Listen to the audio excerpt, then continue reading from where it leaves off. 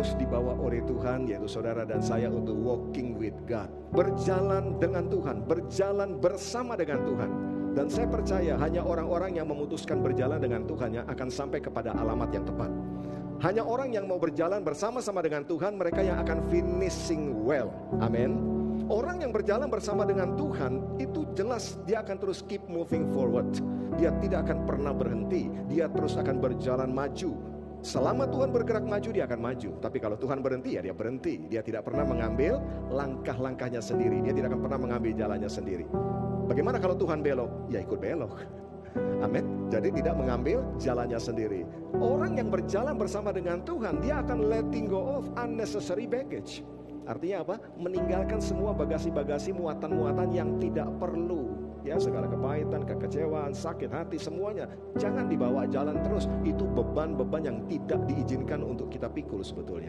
Dan itu akan menghambat perjalanan kita. Ya, dalam hidup ini pastinya kita pernah mengalami hal-hal seperti itu. Tetapi keputusan kita juga Tuhan berikan.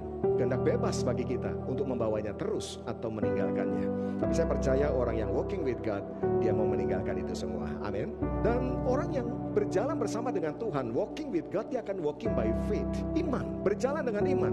Tanpa iman tidak ada seorang pun yang berkenan kepada Allah, kata firman Tuhan. Maka itu saya percaya saya sedang berdiri siang hari ini di depan umat Tuhan yang beriman kepada Yesus Kristus sebagai Tuhan dan Juru Selamat. Amin. Kita semua percaya Yesus sebagai Tuhan dan Juru Selamat. Hidup kita dipulihkan, hubungan kita, relationship kita dengan Allah dipulihkan. Dan itulah sebabnya kita bisa walking with God. Dan hari ini saudaraku, Tuhan sampaikan satu pesan lagi untuk kita di bulan November ini. Biarlah ini menjadi pesan Tuhan yang kita bawa sepanjang bulan yang ke-11 ini, yaitu God is in control. Artinya Tuhan yang pegang kendali atas segala sesuatu. Coba kita baca dulu dengan iman. 1, 2, 3. God is in control. Ya, Tuhan pegang kendali.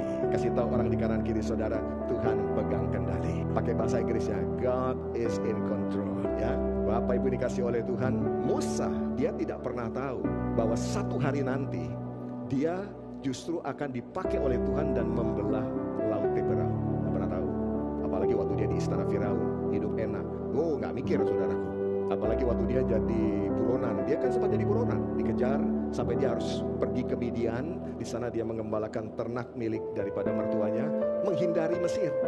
Tidak pernah terpikirkan satu hari nanti bahwa dia akan membelah laut Teberau. Betul tidak? Yes.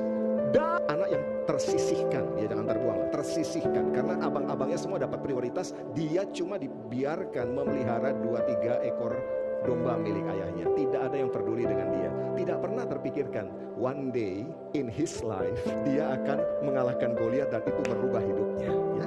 Yusuf tidak pernah berpikir sekalipun bahwa satu hari nanti dia akan menjadi penguasa di Mesir. Dia seorang pangeran di kemah ayahnya, semua fasilitasnya baik, semuanya enak. Tidak pernah terpikirkan satu hari dia harus masuk sumur.